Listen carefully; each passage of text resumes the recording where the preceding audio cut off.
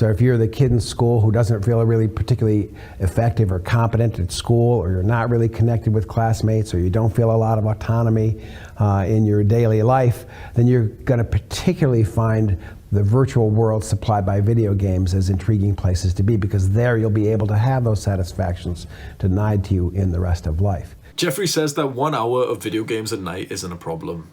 But he plays 4, 5, 6, and he delays his bedtime, and then he wakes up feeling fatigued and fucked up, and he's late for work. The rest of the day is kind of messed up. Adonis doesn't do that. Jeffrey's excuse is that video games are just a bit of unwind, a bit of rest time. But Adonis doesn't say the same thing. Adonis rests by resting. Adonis knows that you only rest by resting. Video games are not a rest. Any kind of external stimulation is not a rest. And he needs his rest because he's going to go and accomplish the next day. When you're like Jeffrey and you believe that video games aren't that bad, if I only play 1 hour a day, they're not that bad. But Hamza, I only play... Bro. Video games allow real life losers to become winners. And I know that doesn't seem bad. Or like, you know, let's give the little boy his game. You know, he feels good when he plays it. But that's the issue. He doesn't feel good in the world, and now he's escaping the world, because in the virtual world he's actually a high level. In the virtual world he's respected, and so that's his escape from his ordinary shitty life. And so in the instant gratification view, you might say, oh yeah, but today he'll be happier.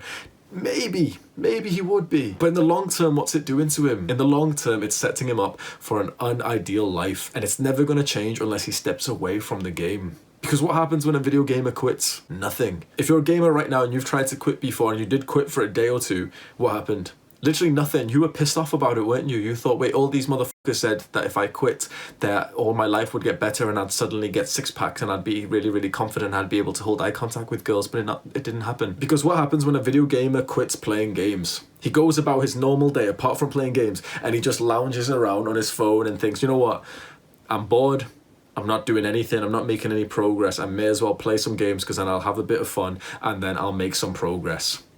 So these dumbasses who quit, they only quit on the short term without actually changing the rest of their lives. They quit, and then for the 8 hours that they used to play, they just sit around just kind of thinking like, oh, League of Legends would be sure fun right now because I'm bored and I'm literally just scrolling on my phone and I'm just sat on watching YouTube, and I'd be having more fun if I was playing video games, so I may as well play video games. Well, dumbass, how about you actually go and include some good habits into your life so that you don't even need video games as the stimulus? And video games are fun is one of the biggest myths I can't believe that I have to bust, because it's almost common sense when I say what I'm about to say. If you think video games are fun, record yourself from a third person angle. Just record yourself whilst you play and count how many times you actually smile, count how many times you laugh. Almost zero. Like it might just be a couple, it might be a little bit of a handful. Maybe if you're playing on Discord and you're with your friends, this is the excuse that many people give, and they're like, oh, but I play with my friends. It's speaking to your friends, it's bonding with other humans, which is the fun part, not playing the game. You're not laughing whilst you play games, you're not smiling whilst you play games. You think you would be. I invite you to record yourself. I invite you to stream on Twitch or whatever and just rewatch the play, and you'll see that you literally look frustrated. You don't look like you're resting. You're not resting when you're putting all this stuff into your brain. You're corrupting your brain. So what are you gaining? You know, if we did advantages and disadvantages, we can't even put fun into the advantage. We can't even put rest or unwind into the advantage. What could we put into the advantage? But there was a study that said if someone plays games every day, then they've got better hand-eye coordination. Shut up, bro. Better hand-eye. Oh, but video games have got better. Shut up, bro. Pussy. Like, you're just bringing up like unnecessary, like, oh, they've got better reflexes. Like, shut up. Like, when is reflexes a skill that you really, really wanted to level up? It's just your excuse to say, oh, but there is an advantage. Shut up. What's the disadvantage? Okay, on a practical level, you're losing an hour a night, which is 4 hours at least. Then your sleep's getting messed up. Then you're waking up the next day and you're struggling to get into deep work. Now, you watching this right now, I know that I keep saying you, but you watching this right now, you're probably not playing many games anymore. So fantastic. I'm proud of you. That's what we do in my cult. We don't play fucking video games every single day. We understand now that there isn't many advantages to that. And it's only like a time fill. And the moment you start reading, the moment you actually start enjoying some of the self-improvement habits, you don't need this time fill anymore. Video gamers won't ever admit to you, but the reason why they play games is because they are utterly losers. Now, yeah, oh, Hamza, there's a successful guy who plays... Shut up, bro. There's a successful guy who plays games, so you're wrong, Hamza. Don't bring up some anecdotal evidence like, oh yeah, there's this one guy who makes 17 million a year and he plays video. Shut up, bro. dumbass. And in fact, we found that people who are really vulnerable to video game overuse are exactly those people who are feeling deprived of basic psychological need satisfaction in their homes, schools, and workplaces. The majority of guys who play video games are losers in real life. The reason why they dive deep into the virtual world was explained by this, the lecturer guy that I've had on the screen so far. Because real life didn't give them the social success that they wanted, the achievements that they wanted. But notice the words that I just used there, because this is their mindset. Real life didn't give it to them. When would real life give it to anyone? You think real life gave Adonis his success? You think life gave it to him, or do you think he took it? You don't get stuff in the game, you earn it. And this is what's so interesting about video gamers, is that they've got so much potential, like an insane amount of potential. If you're a video gamer, if you're a nerd, you would do so well in real life. Your self-improvement is literally just waiting for you to dive deep and start thinking of self-improvement as the game. When you've been grinding on fucking virtual skills and you've got 99 rune crafting, that takes like 7 years. You've spent that many years just clicking on the screen, the altar, and just clicking the pure essence and just doing stuff on RuneScape, on World of Warcraft, even on League of Legends and Fortnite. You've literally built up, you understand how the world works, you understand how to level up, and it's just a shame that you just won't do it in real life, because real life is uncomfortable. The games are uncomfortable. Like, there's some kind of punishment for dying. In a lot of the games, if you die, you have to wait like 30 seconds, and that 30 seconds feels like a long time in a game. Even though that's uncomfortable, whatever metrics they've put in the game to punish the loser, the discomfort that comes from real life challenges is 100 times harder. And so this is the tricky part. We have a whole generation of guys with untapped potential that's not being unleashed, because there's nothing inherently wrong with these guys. There is nothing. They could be at my level. I am at my level. I am a video gamer. I spent my entire life playing video games every single day. And even though I was only allowed to play like 1 or 2 hours because my family wouldn't let me play, I'd obsess about it for the rest of the day. That's where it gets so disgusting, because think about that. Think that I only was allowed to play a couple hours a day. You're only playing video games for a couple hours, right? But for the rest of the time, your mind is corrupted because you are so addicted to that substance, that drug, that you want to go back there. And so for the rest of the day, I wasn't working on school. I wasn't doing my homework much. I wasn't doing really anything extra to excel, because I was thinking about leveling up in the game. When you have a game to level up in, you don't want to level up in real life as much. Because why would you? Why, if you're really absolved in a game and the game makes you feel happy, gives you the real rewards, right? Why would you want to train your strength in real life and actually feel the physiological pain of your muscle soreness when you can just go and train your strength on RuneScape and just click the cows? That's so much more comfortable. And then it's such a trap. Just to give you one concrete example of that, we interviewed a man who was really a strong video game overuser. He was playing 35 to 40 hours a week of video games while working his full-time job. When we asked him, why are these games so compelling to you? He said, look, I've been on my job now for 20 years and I never level up. But I can go home every night and level up and feel effective. And we can see right there the needs density hypothesis in operation, which is somebody who's not finding satisfactions in a real world can readily find them in a virtual world. But it's exactly like a drug. Like, video games are genuinely a drug. And I know that sounds so cliche, and it sounds like something like a 40-year-old white woman would say, 40-year-old Karen would say. But it's so true. They literally act exactly like a drug, where you get hooked onto the substance. Your friends, your friends, like literally people who are only your friends whilst you play the game. And what happens after you stop playing? They're not your friends anymore. You speak to them far less. They invite you in to start doing the drug together. You do the drug together, and it's actually really fun. You feel part of this social community. You feel so good. You got some kind of title and achievement. Everyone respects you. And so you keep coming back for the drug. You keep coming back for the drug. Eventually, 1 hour of the drug, one take of the drug wasn't enough, and you have to increase it because your tolerances went up. And now if you try and step away, you've got withdrawal symptoms. Video games are exactly a drug, and my generation are addicted to them. And so there's this argument. Oh, but 1 hour a night isn't bad. Like I said at the start, okay, 1 hour is a lie. That is a myth, the 1 hour of video games a night. That is a myth. There is no such thing as 1 hour of video games. No one's setting a timer for 60 minutes, because it's not even 60 minutes. By the time you've started the hour, you don't have an hour. You've got like 59 minutes. By the time you've loaded up the game, you've got like 52 minutes. You're waiting for that one dumbass friend to make his lunch before he plays. You've got 42 minutes. You've got the space of one league game if it's not a long game. No one is playing an hour. It's just the hour is like the nice excuse to say, oh, but you're wrong because I'm allowed to have an hour of resting time, but it's not rest. I'm allowed to have an hour of fun, but it's not even fun. And there's a bigger consequence.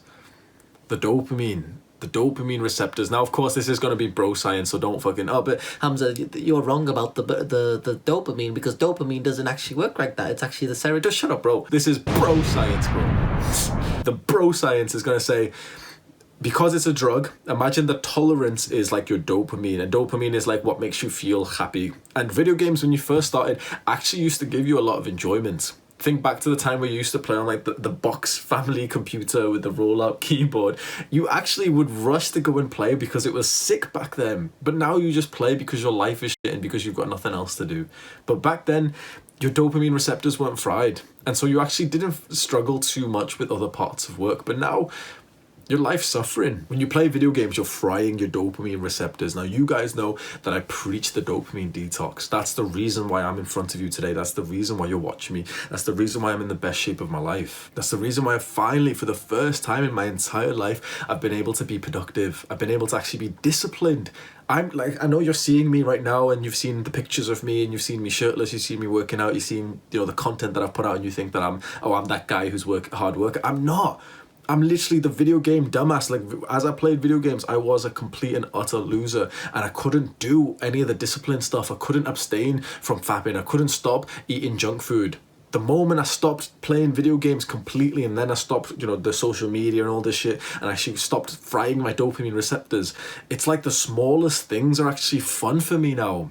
And this is how you get that childlike excitement again, which no gamer has. Every gamer, don't they seem like their emotions are so almost repressed, where like they're not, do you know what I mean? They're not really alive, or they're not really having fun almost with anything that they do. Like, they'll burst out laughing when something happens, but a lot of the times you'll find that they're not exactly energetic. And that's again because video games aren't a rest. They don't rest you to give you more energy. They drain energy. So the last hour of the day that you're spending to unwind on video games, you're literally just draining all of the energy that you had, and now you're waking up and you're performing worse in the meaningful work that actually would have been giving you the real fun and enjoyment. You can go online right now and see the video game transformations, and I've said this before, this is why every single body transformation starts with the same line of, I used to play video games every single day, but then as soon as I quit, I started working out, I started leveling up in real life, and now people respect me, girls hold eye contact, and I've actually got a girlfriend now, and I feel really confident, I'm really happy. It's like every young man's transformation is like that. That's like the rite of passage from boy to man. And all you've got around you is just boys who just haven't transformed yet. And so they stay as boys, because you can only become a man when you take some responsibility over your life and your habits, and you start getting some real life achievements. If you're getting them in the game, then you're still like a little boy. Like, you're literally like a little boy who's playing games. I know that there's a lot of old boys who are 20, 25, 30 years old now who are still playing games, but they're still boys, they're not men. None of those people that you see you would actually consider to be masculine. You would consider them to be happy, because when you look at someone who's got fried dopamine receptors, they literally look like their natural state is unhappiness. They look like their natural state of being is like fried, like repressed happiness. Like the dial has been turned down. The longer that you go from frying your dopamine with either video games or social media or just the internet in general, it's like it slowly starts coming back up, and suddenly it's like happiness is like your normal emotion.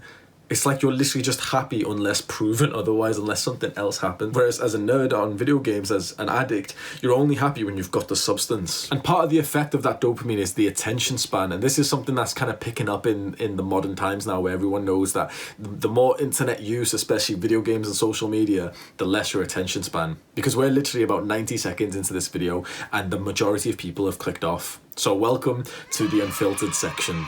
If you're new here, the unfiltered section is a few minutes into the clip, because we know that by this point all of the peasants with low attention spans have clicked off because the video wasn't as flashy as they needed to be, and now I can just speak freely because I already know that all of the guys who don't really vibe with me have clicked off. So I want to get deeper into this, but more on like a sad level. I don't know if you can do this, but if you just slightly visualize like your generation, just visualizing that right now, just think to yourself, my generation, and think what you actually see. Think about the men around you.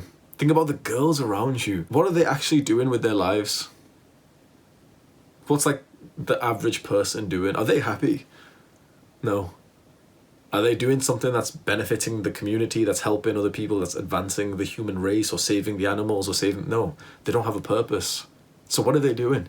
They're just indulging, they're consuming. My generation is a bunch of consumers. My generation is a bunch of guys who are video game addicts and a bunch of girls who are validation and social media addicts. And of course, yeah, it goes, you know, if it can be switched vice versa, but generally that's the real stereotype, is most guys will be addicted to video games, most girls are addicted to social media. And so what does that mean? What does that mean for your friendships? What does that mean for the men around you and the men in your tribe? Is your tribe strong when you've got these type of men there? Is your dating pool, is the future mother of your child, is she gonna be genuinely the ideal mother that you wanted when she's a social media addict? Now, of course, you know, the blue pill will say, I found the woman of my dreams. She's absolutely perfect. But then 11 years later, the divorce comes. But if you were able to take your ego out of the equation, you would say, no, I'm actually really scared of that. I'm actually scared that I want kids. I absolutely want kids. But I'm scared that 5, 10, 15 years down the line, what type of people are going to be there? What type of men are going to be in your tribe? What type of women are going to be in your life and your dating experiences? It's not looking like so good. And of course, the real answer, it's not the sexy answer at all. You know, I'm not going to tell you here's the 2 quick steps. I'm not going to tell you that. The 2 long steps are stay on self-improvement, have a purpose, and then in 10, 15, 20, 25 years time, you'll actually have good quality people around you. Maybe faster if you've got the 700 IQ to create like a cult like I did, because in my cult we don't have video gamers. But I mean, Sam's a fucking video gamer. You fucking spurg, Sam, and the boys down, Sam. You've been editing this video like he's talking about me, isn't he? That's the unsexy answer. You commit to your self-improvement, you wait for a few years, you work hard, and slowly and surely the tribe around you changes. The men around you aren't playing video games as much. A lot of them still do play video games, but they've started replacing some of that time for self-improvement habits. Even though the majority of people won't actually call them self-improvement habits. They'll literally just be someone who was taught meditation when they were young. There'll be someone who likes to read. There'll be like the weightlifter who really likes to work out. Be the social guy who, do you know what I mean? So they won't actually consider it as self-improvement. But you'll find that as you improve, as your value goes up as a man, everyone around you starts to change and they become the high value people that you actually wanted to spend time with. And so there is a bit of this transition period, which I found is incredibly hard for you, because you're probably at like the earlier stages of your self-improvement. And this transition period is where most guys slingshot back. So if you don't pay attention, honestly, that could happen to you, and it genuinely could. Even if you're I know that you're in my cult, you've joined the group, and you're committed onto this, but you are at the sensitive period where you could slingshot back because you've invested a decent amount into this. But think about how many hours, how many years, or how many months maybe you've been onto self-improvement. It's not that much. And then think about how many hours, how many years you've been into the normal life. You've been a consumer. You've been surrounded by consumers. You've got friends. You've got best friends who are consumers. You've got family who are consumers. It's most of your life. So we're like almost fighting an uphill battle to get you far away from that life. There is actually a big possibility. I see this so often where the young guys who come over exactly like you, and they slingshot back to normal life, because normal life its hooks on you. You can't get so far away from the circle that you were raised unless drastic things happen. And so before I close this video down, I want to remind you of what the pathway, the trajectory is. And remember, it's not sexy. It's not like I'm not fucking selling you anything. I'm not going to say, oh, if you buy the course, I'll fast track your, I'm not going to say that shit. It's not sexy. It takes a while. It takes a lot of hard work. There's a chance that you fail, but if you're watching this far of the video, if you're a part of my cult, you're part of the group, you've been staying accountable, you've been following the videos and the advice, there is a good chance that you'll also succeed. And so the trajectory is that you've recently just started, you're only a few months or a year or so in to your self-improvements, and so you're just trying to get consistent into the behaviors. And these are the behaviors, these are the crucial ones. Even though at times they will almost start to feel insignificant to you, it's those basic behaviors, the daily exercise, the daily gratitude journaling, the daily meditation, the daily reading, that will change your life. Because once they are set in stone, even when you don't feel like it, when they are set in stone, it's like your life has actually now like transformed. When meditation and exercise and journaling becomes as normal as eating and sleeping, now your life is changing. That's why we drill on those habits, the conventional self-improvement habits. We focus almost entirely on just getting them in the first period of your self-improvement. And then there comes a time where you actually start to feel like you've started to satisfy each and every part of the Maslow's hierarchy, and you're actually getting close to self-actualization. And so the main goal of your initial self-improvement period is to just look at this triangle and try to fulfill each and every need. Once each and every need is fulfilled and you're at the point of self-actualization, you can imagine that your cup has been filled to the brim. Now is the crucial part. Once you have this feeling of abundance and this feeling of confidence, you'll immediately know, because you'll almost automatically start helping other people, because you'll almost automatically actually have the energy to start doing that. In the transition period before the first period of self-improvement, you actually feel like you can't really help people. You've got to prioritize yourself. You don't want to. You don't want to have, like, you don't want your parents to tell you anything. You really, really don't want your parents or your partner or anyone to tell you any kind of tasks or obligations or responsibility, because you just want to focus on your own thing. Then there's a transition period where you actually want them. You actually want your parents to ask you to like hoover the house or to ask you to carry something, and you're actually proud of it because you're thinking, okay, I've been working out and now my mum's actually asking me to carry the shopping. Okay, I'm going to do it. I'm going to grab all the bags and do it in one trip. Because my cup is full. So we're going to fill your cup up first. Fill your cup up, reach the point of self-actualization. Then you begin to really, really double down in helping other people. Now you are the pourer. You've started pouring, not your own cup, but like you've got excess anyway. You've literally got more and more water just falling into your cup. So now you're just pouring some of, you've grabbed your friend's cup. You're like, oh bro, come here. You keep spilling all of it. Let me fucking fill it up for you, bro. Here you go. Dumbass. That's what you do. And you're going to find this sensitive period, you must have this mindset to help other people. You must.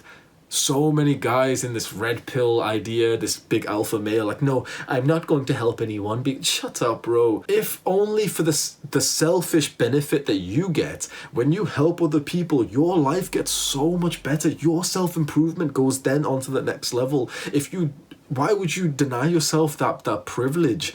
You'll be stuck forever in this second period where like you spend the rest of your life obsessing over money and you can never make enough money, and you spend the rest of your life just awkwardly without many friends, but you kind of got a couple friends but you don't really trust them, and you get like one good girl every 10 years of your life. What a shit little existence to stay in this part. When you start filling up other people's cups, yours was already full, right? And so most people would think, oh, because you've been pouring yours in. No, we don't pour our own into there, because we've already created the stream of like so much energy and whatever the fuck this is. So we've taken their cup, we're filling it up. The more you fill up other people's cup, your cup gets bigger. And that means that your cup now is literally like, it has the capacity to do even more and more and more and more. You have the capacity to do some insanely beautiful things that, like, I know it's cliche and it's cringy, but you literally have the capacity to change the world when you start with your self-improvement. I hope you can believe that. And if you can't just yet, obviously you're in one of the first few parts, and so you're thinking, no, like changing the world, that sounds really scary. I just want to do my own thing. I'm struggling to meditate. Hamza, I've been playing video games. Okay, that means you're at the first pit. Your cup's not full yet. Don't ever feel guilty for that. If your cup's not full, if you're currently someone who's struggling with playing video games, or if you're one of the 3 girls who watch my channel and you're struggling with the constant conversations and the Snapchat and the Instagram and the validation and all this shit, then you still need to fill your cup first. This needs to be your priority, because you can't help other people. You can't grab someone else's cup and help them fill it up when yours isn't full first. Fill yours first. Then you start filling other people's, and then your cup gets even bigger, and then you have the potential. It's like you've increased your potential. You're that cringy line that, oh, reach your potential. Well, now, yes, you've reached your potential, but when you help other people, it's like your potential goes even higher. Because once you start helping people, it's almost like a business where you start thinking, okay, I can help a certain amount of people right now. I feel good. How can I scale this?